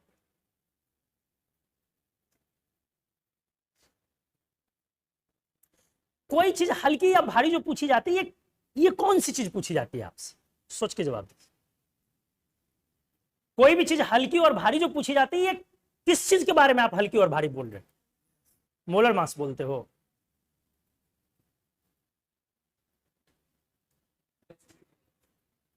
डेंसिटी। लोहा भारी है कि चीनी? लोहा। तो तुमने तो बोला मोलर मास बोलते हैं, सुक्रोज का तो मोलर मास बहुत ज्यादा है। समझ में आ रहा है? हम लोग जो कुछ भी बोलते हैं हल्की और भारी, इसका मतलब क्या होता है? रुई भारी है कि कॉटन भारी है भाई, कि लोहा भारी है? 1 किलो लोहा लो और 20 किलो कॉटन लो, कैसे लोहा भारी हो गया भाई? तो हम लोग वजन नहीं बोलते, हम लोग क्या बोलते हैं? डेंसिटी। डेंसिटी में दो चीजें आती, क्या क्या? मास और वॉल्यूम। तो डेंसिटी मेरी ज्यादा कब होगी? जब मेरा मास क्या होगा? ज्यादा, मोलर मास। और वॉल्यूम क्या होगा? वॉल्यूम का मतलब साइज है, साइज क्या होना चाहिए? कम। इतना तो लॉजिक समझ में आता है। अब सोचो अच्छे से, मुझे दोनों की डेंसिटी कंपेयर करनी। तो पहले तो density is mass per unit volume. Density is what? Mass per unit volume. तो अगर मास पर यूनिट वॉल्यूम है तो दोनों में क्या फिक्स हो गया? वॉल्यूम फिक्स हो गया या मास फिक्स हो गया? सोच के, क्या फिक्स हो गया? वॉल्यूम। आप मास बोल रही हैं। अच्छा, साइकिल की स्पीड ज्यादा है या कार की? कार की। तो what is speed? Distance per unit time. तो दोनों में से कौन फिक्स हो गई? टाइम ना, कि सर दोनों को मैंने देखा 1 मिनट में कौन ज्यादा डिस्टेंस कवर कर रहा है। तो अगर मैंने बोला पर यूनिट वॉल्यूम तो क्या फिक्स हो गया? इसका मतलब अब आपको वॉल्यूम को करना है फिक्स। मतलब एक फिक्स यूनिट वॉल्यूम में मुझे क्या रखनी है? O2। और उसी वॉल्यूम में मुझे क्या रखनी है? क्या रखनी है? Moist air, O2 plus H2O। कुछ आया समझ में? वॉल्यूम उतनी ही है। अब सोच के देखें, H2O का मोलर मास O2 से ज्यादा है कि कम? काफी कम। अगर मैंने वॉल्यूम उतना ही रखा तो H2O का मोलर मास ज्यादा है या कम? अगर उतने ही स्पेस में O2 रखना है और उतने ही स्पेस में O2 प्लस H2O रखना है तो O2 को रिप्लेस करके कौन आएगा? तो जब H2O आएगा तो आपको मतलब समझ में आया कुछ? H2O की मोलर मास क्या है? कम। तो मेरा मास पर यूनिट वॉल्यूम क्या हो गया? कम हो गया ना जी, क्योंकि यहां पर ज्यादा O2 रहेंगे, ज्यादा से ज्यादा, और यहां पर O2 के साथ कौन रहना है? तो मेरा मास क्या हो गया? तो इसकी डेंसिटी क्या हो जाएगी? कुछ आया समझ में? सेकंड पॉइंट, O2 का स्ट्रक्चर ये है भैया और H2O का स्ट्रक्चर ये है भाई। तो आपको क्या दिख रहा है? ये जो साइज लेगा और ये जो साइज लेगा, क्या दोनों सेम होगा? इसका वॉल्यूम क्या होगा? ज्यादा। इसकी वॉल्यूम क्या होगी? H2O बेंट शेप का होता है, इसके कारण उसका मॉलिक्यूलर वॉल्यूम, स्पेस वो ज्यादा लेगा। तो इस वजह से फाइनली दोस्त क्या बना अपना पॉइंट? मॉइस्ट एयर भारी है या ड्राई एयर? सोचने से क्या लगता है? मॉइस्ट। क्यों लगता है? पानी भी आ गया एक्स्ट्रा, क्योंकि भारी और हल्का होने का मतलब डेंसिटी है, और जब आप डेंसिटी कंपेयर करेंगे तो पहले वॉल्यूम को आपको फिक्स करनी पड़ेगी। क्या छोटू? वो तो दोनों में होगा ना, इग्नोर किया है एक को, चलो O2 ही लिखा। अच्छे से आया समझ में? चलो वापस चलते हैं हम लोग। ऐसे इसलिए बोला कि प्रॉपर्टीज ऑफ गैस वाला एक्सप्लेन करूंगा ना, तो कुछ कुछ पॉइंट्स निकल के आएंगे और सीख जाएंगे। ठीक है, तो O2 हो गया non inflammable and paramagnetic nature. ठीक है, नॉन इन्फ्लेमेबल का मतलब समझ रहे हैं आप? नॉन फ्लेमेबल की बात हो रही है। O2 इन्फ्लेमेबल कैसे हुआ? O2 is non flammable. O2 जलाता है दूसरों को, O2 खुद थोड़ी ना जलता है यार। O2 के प्रेजेंस में कोई और जलता है, सही बोल रहे हैं आप। O2 थोड़ी ना। अरे ये भी कंफ्यूजन है। O2 दूसरों को बर्न करता है ना, जलाता है ना। तो O2 के रिस्पेक्ट में हर कोई क्या है? कंबस्टिबल है। जो भी है कार्बन O2 के रिस्पेक्ट में कंबस्टिबल है। O2 को नहीं बोल देना यार। चलिए, नहीं आया अभी भी समझ में? अरे हाइड्रोजन जलेगा, किसके साथ जलेगा? H2O बनाएगा। कोई कार्बन जलेगा, किसके साथ जलेगा? तो बर्न करने का मतलब, इनफ्लेमेबल होने का मतलब ही क्या है? उसका रिएक्शन किसके साथ? O2 के साथ। अब मैंने बोला O2 नॉन फ्लेमेबल है कि इनफ्लेमेबल है, तो सोचो O2 के साथ जलेगा कि नहीं जलेगा? समाप्त बात। कैसे जलेगी भैया? ये कंफ्यूजन तो नहीं रहना चाहिए भाई, तो तुम लोग के लिए ये ठीक है। O3 पेल ब्लू गैस पढ़ चुके हैं आप। थोड़ी सी फिशी स्मेल है, हवा से क्या है? थोड़ी भारी है, हेवियर है, स्लाइटली सॉल्युबल है वाटर में, पढ़ाया था। पॉइजनस है due to destructive action on tissues, can be liquefied, turns starch iodide paper blue. और हाँ, अब ये वाला लाइन एक्सप्लेन कर दे रहा हूं, मेनिस्कस प्रॉपर्टी ठीक से।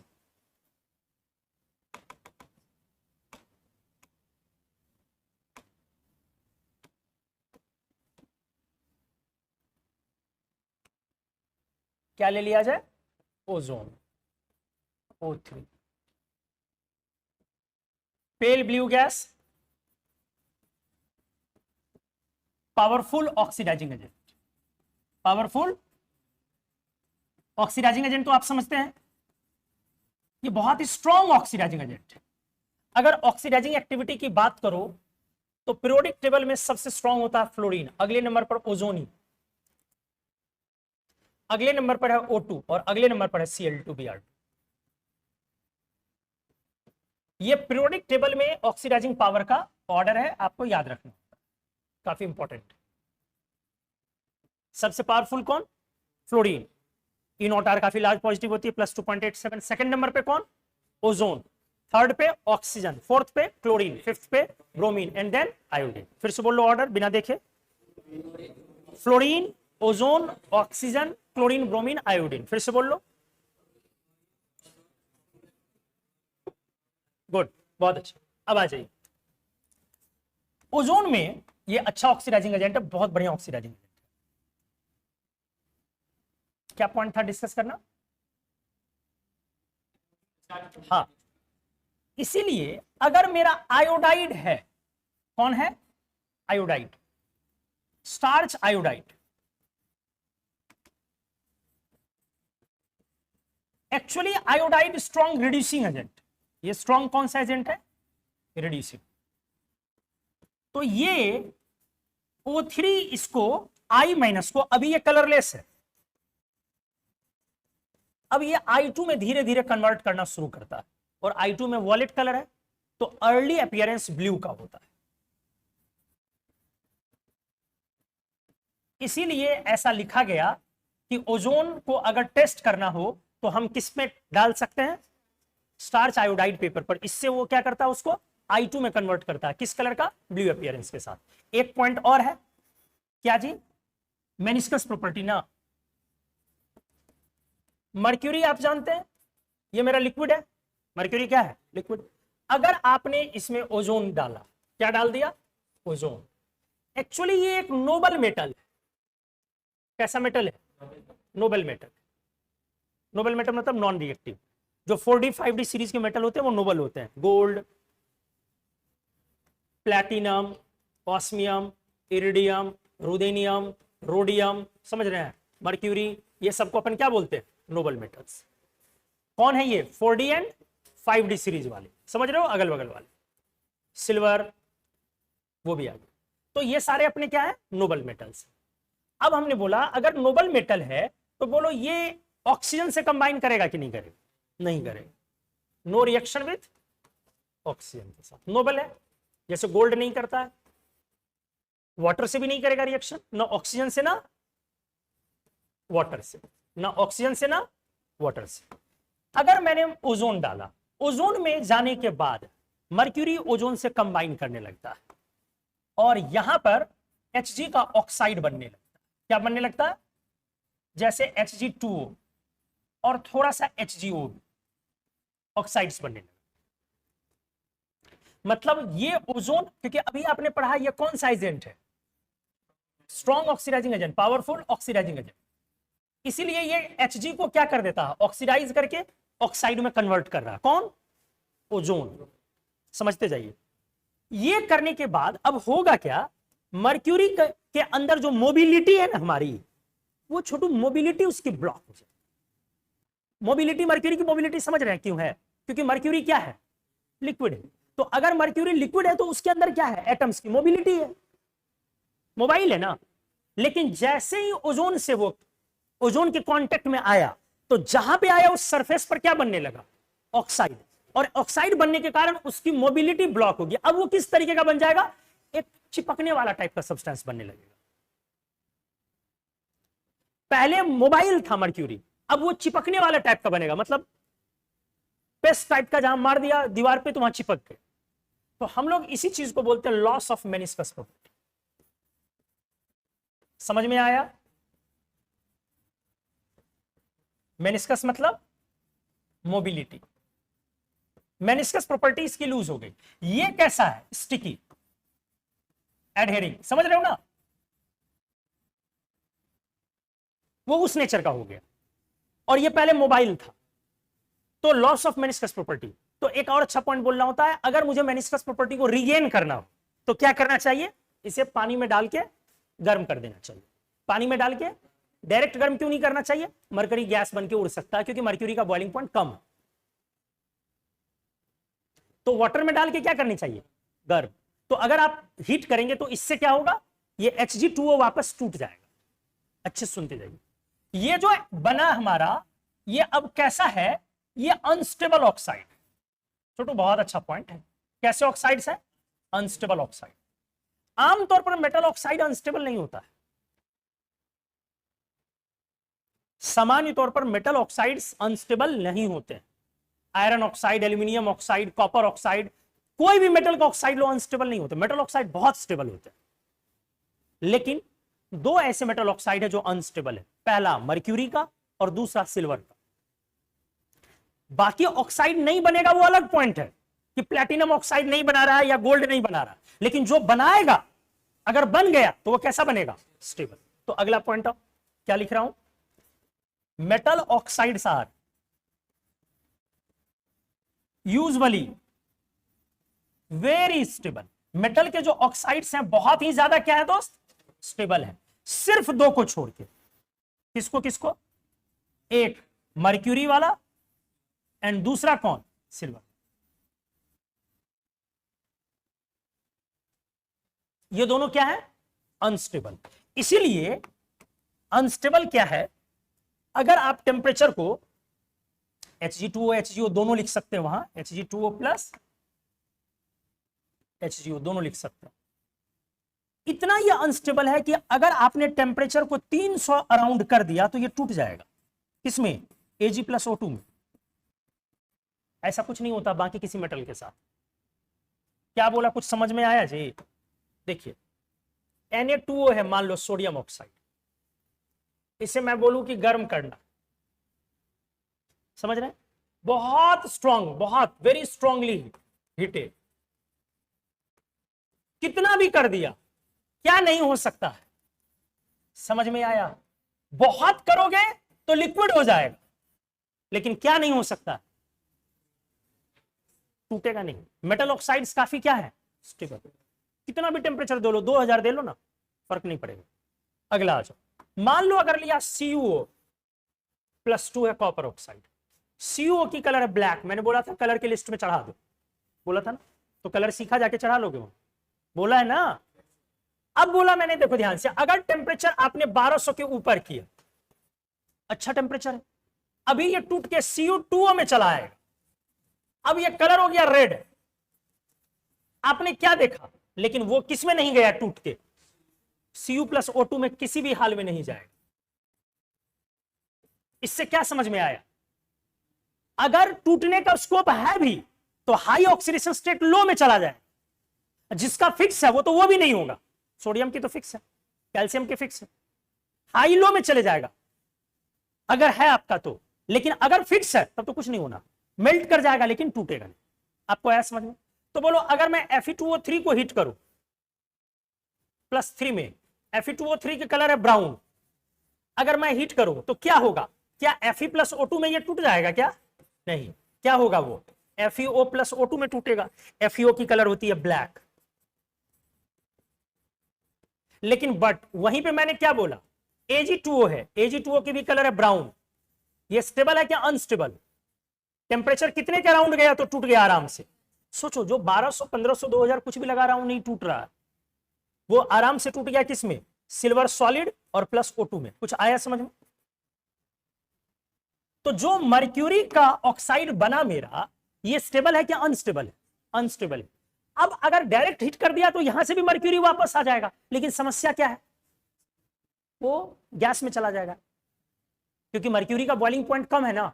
इतना तो समझ में आ रहा है, जो लिक्विड है ऑलरेडी रूम टेम्परेचर पर मेटल, उसकी बॉइलिंग पॉइंट कम होगी, तो वो मर्क्यूरी किस में कन्वर्ट कर जाएगी, गैस में कन्वर्ट कर जाएगी। अगर मर्क्यूरी गैस में चलेगी तो फिर हमारा कहानी ही खत्म, मेनिस्कस प्रॉपर्टी आया नहीं। इसीलिए मैंने बोला कि मेनिस्कस प्रॉपर्टी को रीगेन करने के लिए मुझे क्या है, क्या करना पड़ेगा, हाँ, to regain meniscus property of Hg, क्या किया हमने, ये जो Hg2O है इसको पानी में डाल के बॉइलिंग किया, गर्म किया, बॉइलिंग गर्म किया। अब क्या होगा, Hg2O भारी है, हैवी है, तो मेरा वाटर धीरे धीरे निकलते जाएगा, और जो अब मेरा Hg बचेगा वो क्या बचेगा, क्योंकि मर्क्यूरी भारी होती है। मर्क्यूरी पानी से हल्की है कि भारी है? थोड़ी भारी है कि बहुत ज्यादा भारी है? क्योंकि मेटल ऐसे भी सोचो 13.6 मर्क्यूरी की हम लोग डेंसिटी बोलते हैं और वाटर की डेंसिटी होती है 8, तो बहुत भारी है। समझ में आ गया अच्छे से? तो हीट कर हम लोग क्या करते हैं, that is heating in.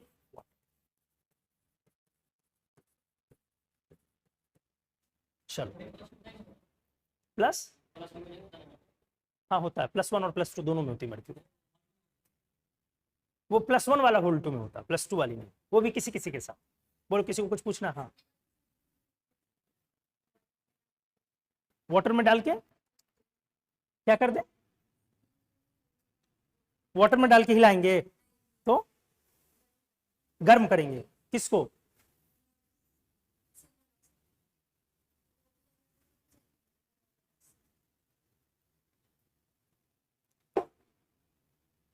Silver oxide को कह रहे हैं। क्या करना चाह रहे हैं आप वाटर में डाल के?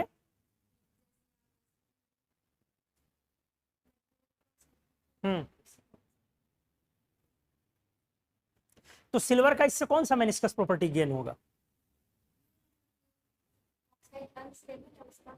हाँ, ये भी तो हो सकता है ना कि आपके हीट करने के चक्कर में जो डिकम्पोजिशन टेम्परेचर है उससे पहले वाटर ही इवेपोरेट कर जाए। तो हम लोग छात्र हैं, छात्र ही रहे, वैज्ञानिक ना बने। गर्म कर रहे हैं पानी के अंदर, पता चला पनिये उड़ गया भाई। हाँ, और जो गर्म कर रहे हैं वो पड़ा का पड़ा रह गया जिसको तोड़ना है। तो आ जाओ, ठीक है, चलो मन में ख्याल आने चाहिए, अच्छी अच्छी चीजें सोचना चाहिए। नहीं तो ओजोन का हो गया। हाँ, कलरलेस है H2S। H2S को तो बहुत अच्छे से दोनों समझा दिया था। फ्लोरीन पे आइए, पेल येलो पढ़ाया हुआ है, pungent smell, suffocating order, poisonous in nature. Chlorine पे येलोइश ग्रीन पढ़ा दिया था ना, ग्रीनिश येलो, इसको सही कर लेना है।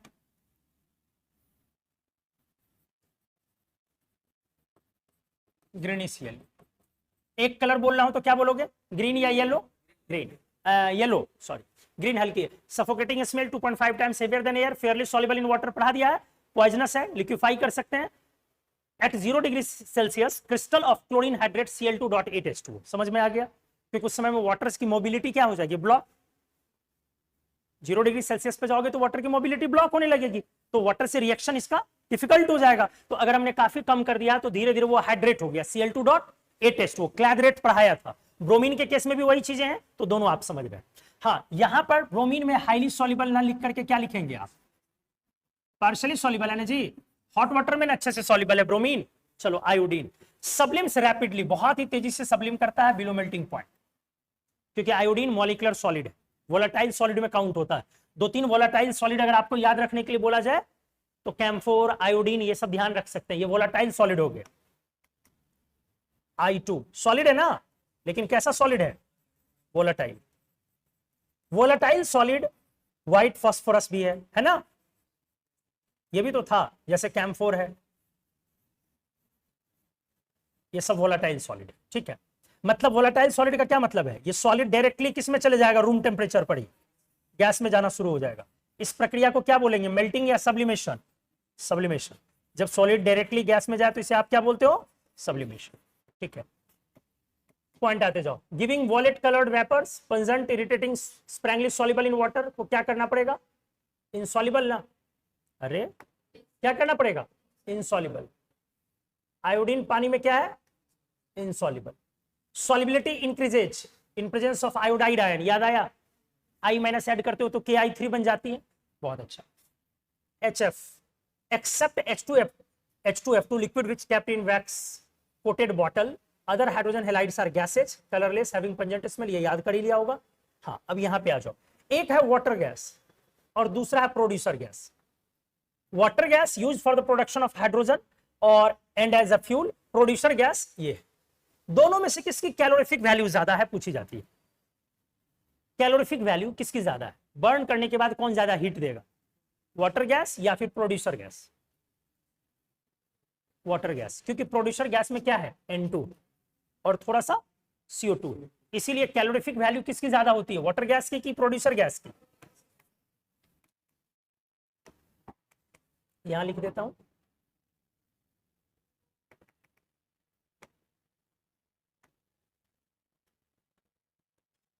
कैलोरीफिक वैल्यू वाटर गैस की ज्यादा बोली जाती है, किससे? Producer gas. प्रोड्यूसर गैस क्या है? वाटर गैस में ही दो चीजें एक्स्ट्रा है, क्या क्या? N2, हालांकि एग्जैक्ट फॉर्मूले में H2 भी रहता है। वाटर गैस में ही N2 और थोड़ा सा CO2 ऐड कर दो, तो वाटर गैस में ही ऐड कर देने पर थोड़ा सा CO2 और N2, उसको हम लोग ये बोलते हैं। तो प्रोड्यूसर गैस से ज्यादा कैलोरीफिक वैल्यू प्रोड्यूस करता है वाटर गैस। कुछ गैसेज हैं जो वॉरफेयर गैस कहलाते हैं, मतलब हम लोग इसको पॉइजनस गैस बोलते हैं, लड़ाई में काम आता है। Phosgene, mustard gas, tear gas, lewisite हो गया। तो प्रॉपर्टीज ऑफ गैस हमने आपको सिखा दिया, समझा दिया, बता दिया। आपको ये याद करनी, आप याद करते रहें, भूलते रहें, कोई बड़ी चीज नहीं है। तो आज इतने पे ही छोड़ दे रहे हैं क्या और पढ़ोगे? छोड़ दें? अगली क्लास में हम लोग कार्बन फैमिली को शुरू करते हैं, और इस वीक में हम आपकी टेस्ट लेने जा रहे हैं, ठीक है? पिछले वीक नहीं ले पाए। Thank you.